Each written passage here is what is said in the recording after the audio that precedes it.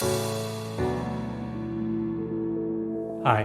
I'm Seth Tate, Product Manager at Bloom US, and today we're going to install an AVENTOS HK XS in both a frameless and face frame application.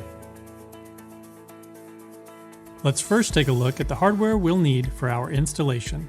Regardless of whether your application is frameless or face frame, you'll need a lift mechanism that is rated for the weight of your door. We'll walk through the calculation required to choose which lift mechanism is right for your application in our next step. Along with the lift mechanism, you'll need a cabinet mounting plate, either the frameless or face frame variety. You'll also need a door mounting plate, either the standard version or the version specifically made for large overlay 5-piece doors. Finally, you'll need 2 hinges and 2 hinge mounting plates. For frameless applications, we recommend using clip-top Blue Motion hinges.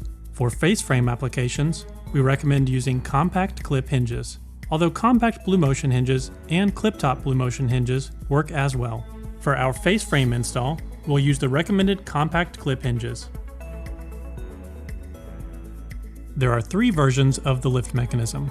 Each is rated for a specific power factor range. You can tell the different lift mechanisms apart by noting the number here, with the 11 version supporting the least amount of weight and the 15 version supporting the most. To determine your application's power factor, you'll need to solve this simple equation.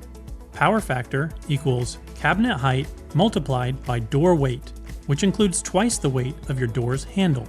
We'll use our frameless cabinet as an example. Since the weight of our door is 6.7 pounds and the height of our cabinet is 15 inches, our power factor is 100. Based on this table found in our literature, our power factor falls within the range of the 13 lift mechanism. Now that we have all the necessary hardware, we can begin our installation. Using the images in our AVENTOS literature as a guide, we can determine the mounting locations of our cabinet mounting plate and our door mounting plate. We'll start with the cabinet mounting plate. As you can see, the screw locations are 37 millimeters in from the front edge of the side panel. In order to find the vertical drilling distance, we'll have to solve for y using the equation y equals 137 millimeters plus d plus k, where d stands for mounting plate height and k stands for hinge arm crank. Since our hinge mounting plate height is 0 millimeters and we're using a straight arm hinge, y equals 137 millimeters for our application. Now that we know our cabinet mounting plate location, we'll want to find our door mounting plate location. To find the distance from the side of our door to our mounting plate screw locations, we'll add 15.5 millimeters to OL, which stands for overlay. Since our overlay is 17 millimeters, our side distance is 32.5 millimeters. To find the distance from the top of the door to the mounting plate top screw location, we'll solve the following equation: 126 millimeters plus d plus k plus OL, where d is mounting plate height, k is hinge arm crank, and OL is overlay.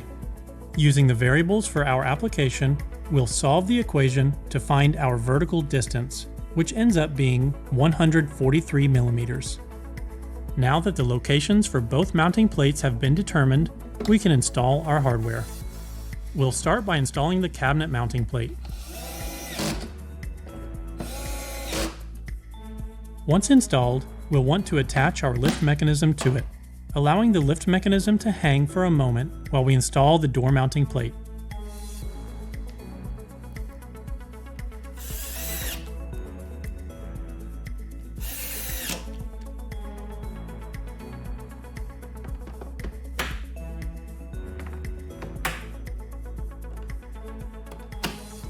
Finally, we'll use a power drill to make a tension adjustment so that our door will stay exactly where we leave it.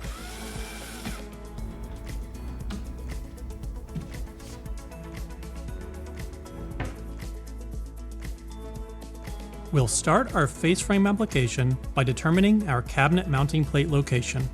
As you can see in the illustration, the screw holes for our mounting plate will be 9.5 millimeters in from the front edge of the face frame. Since we're using a full overlay compact clip hinge, the distance from the top edge of our face frame to our mounting plate screw locations will be 162 millimeters. If you're using a half overlay hinge, the distance would be 178 millimeters. Now that we know our cabinet mounting plate location, we'll want to find our door mounting plate location. To find the distance from the side of our door to our mounting plate screw locations, we'll add 15.5 millimeters to our overlay, which is 32 millimeters.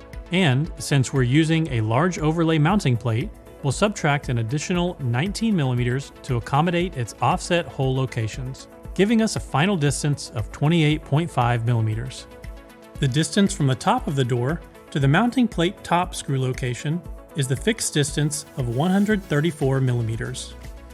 Now that the locations for both mounting plates have been determined, we can install our hardware. Just like before, we'll install our cabinet mounting plate first, allowing the lift mechanism to hang for a moment while we install the door mounting plate.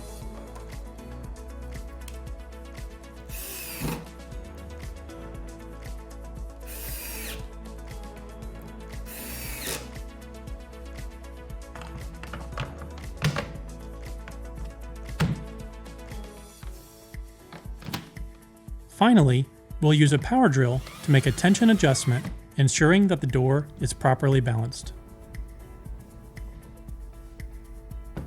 If you have any questions about AVENTOS HK XS or any of our other products and services, please visit our website at bloom.com. If there are any videos you'd like to see in the future, please let us know in the comments below.